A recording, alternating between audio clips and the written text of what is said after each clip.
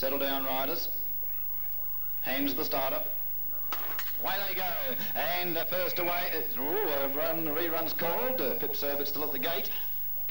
Well, someone has broken the barrier and will be disqualified, and it appears as though it's Ellis. Ellis being spoken to by the stewards. Broke the starter, and it would appear as though, yes, Ellis leaving the track, and Ellis has been disqualified for running in this particular event. So only 3 runners left now, and they, of course, are the 3 leaders so far as the point system is concerned.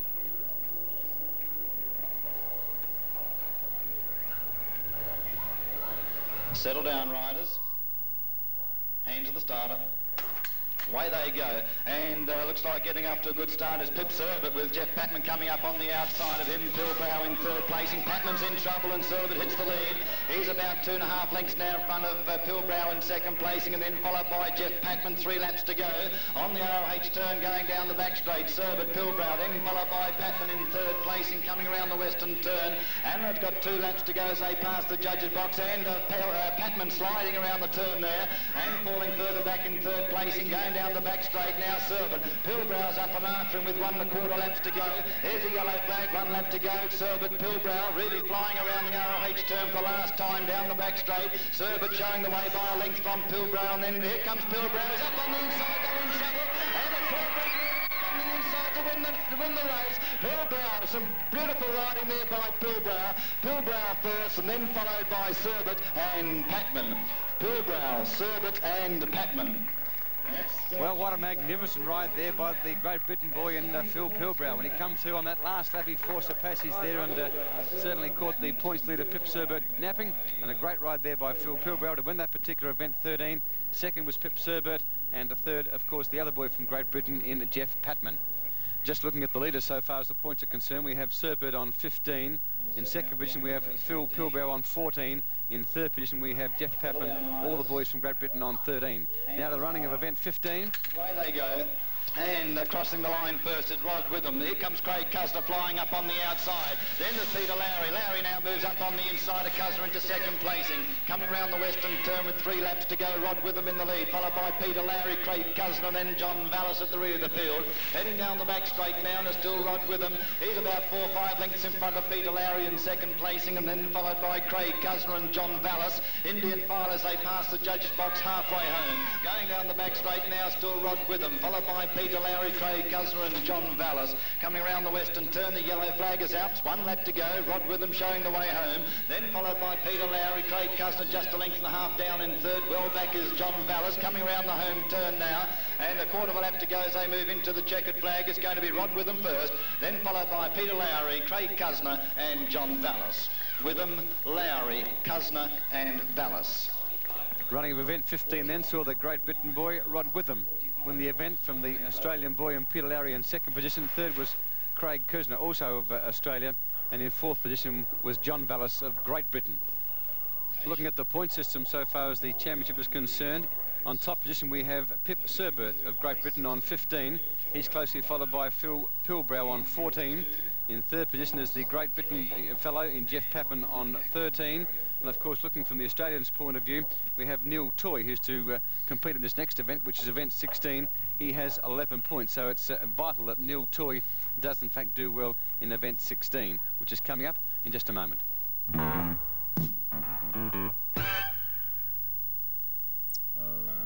Event 16, coming out of barrier 1, we have a very, very important ride here for the Australian boy in Neil Toy.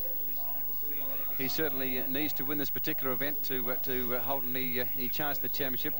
In barrier 2, we have Ian Gill of Great Britain.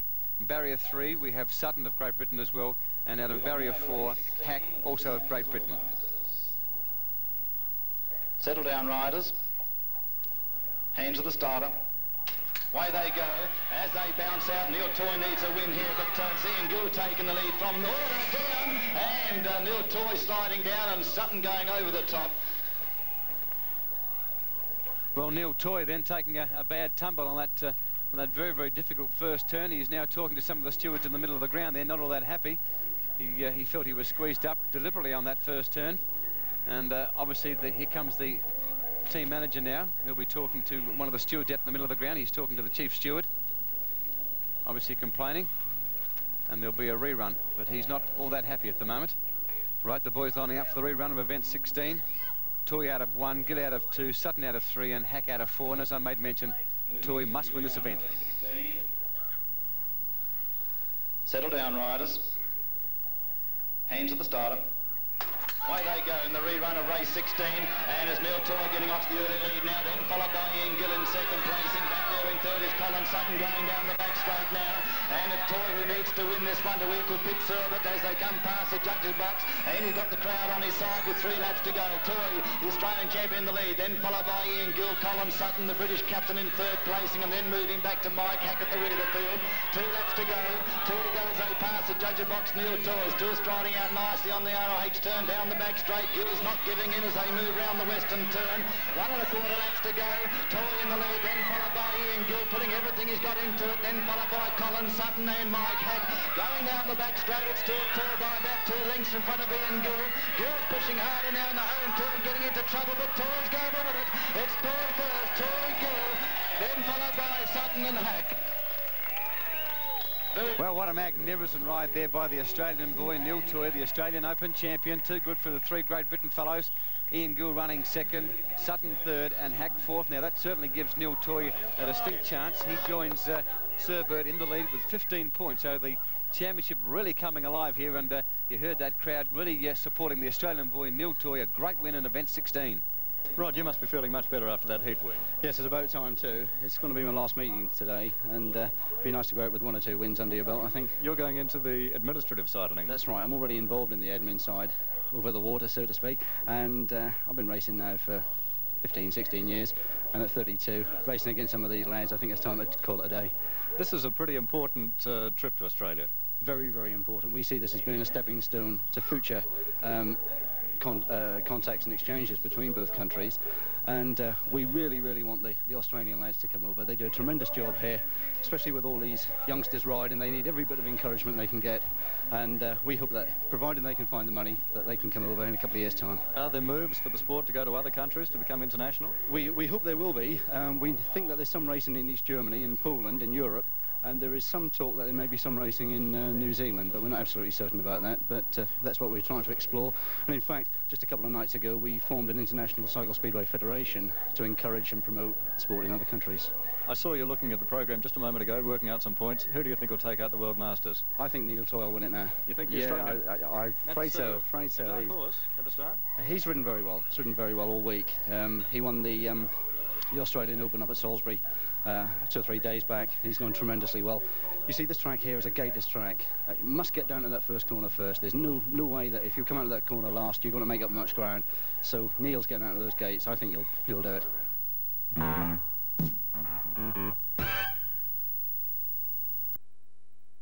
The leaders at the moment, we have Serbert of Great Britain on 15.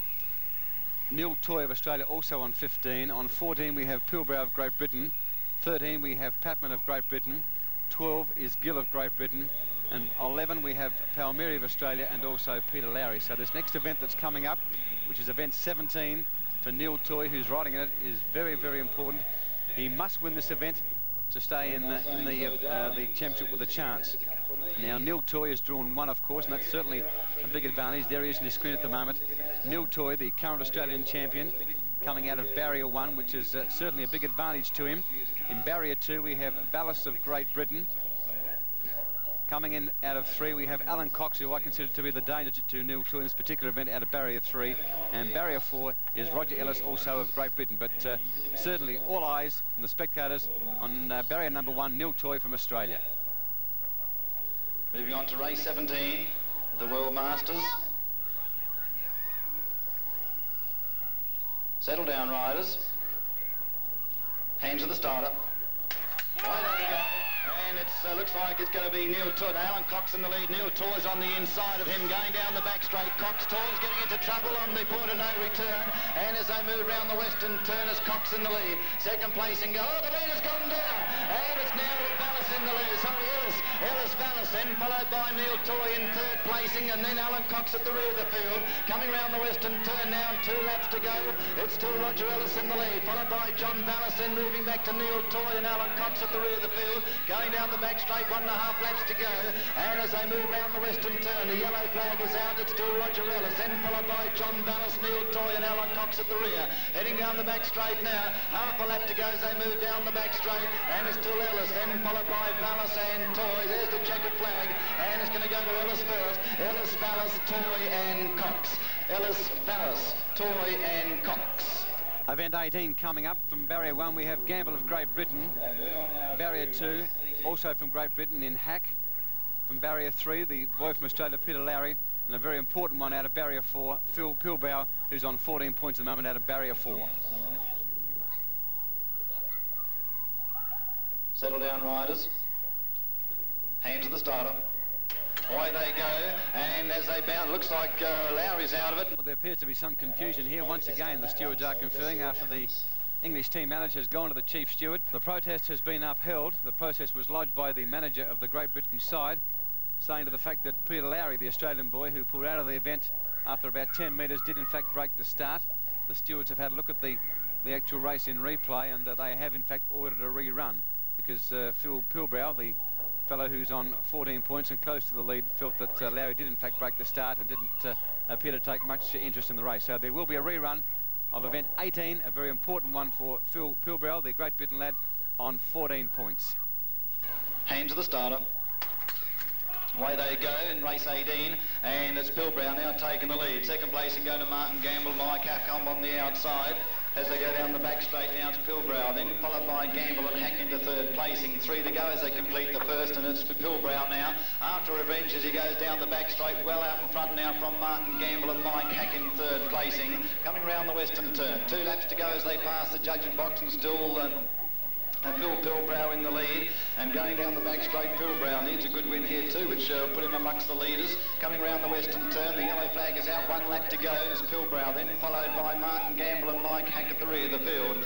Half a lap to go as they go down the back straight, half a lap to go, and Pilbrow pulling away from Gamble and Hack and moving into the checkered flag. It's Pilbrow first, Phil Pilbrow first, then followed by Martin Gamble and Mike Hack. Well, certainly a great win there by Phil Pilbrow. That certainly puts him right in contention now. He goes to 18 points. And, of course, Serbert, the leader on 15 points, has to compete in the final event, which is event 20. But a great win there by Pilbrow, winning, of course, from his teammate from Great Britain in Gamble. And third was Hack, also of Great Britain. So a valuable win there to Phil Pilbrow. Well, before the running of event 18, of course, we had Neil Toy on 17 points. And then we have 2 riders yet to race. We had Seibert on 15 and Pilbrow coming up in event 18 on 14. So certainly 2 interesting situations, with Seibert competing in the last event, event 20, and Pilbrow in event 18. Event 19 coming up. From barrier 1 we have Sutton of Great Britain, 2 the Australian boy John Palmieri. In barrier 3 we have Patman of Great Britain, and out of barrier 4 we have the other boy from Great Britain in Withen. Hands to the starter. Away they go, and bouncing out to an early start there, and Jeff Patman coming across to Sutton going on the inside. A rerun's called. Rerun is called. Well, a rerun has been called, tightening up on that first turn, and the chief steward has in fact called a rerun. But of course, Patman is in with a chance, but not likely to beat either Seibert or Pilbrow at this particular stage. We have the rerun now of event 19 in this particular event, coming out of barrier 4 with them in barrier 4. This is his last ride. He's retiring after this particular event, so an auspicious occasion for the 32-year-old fellow from Norfolk in England. Hands to the starter. Away they go, and the whistle's gone.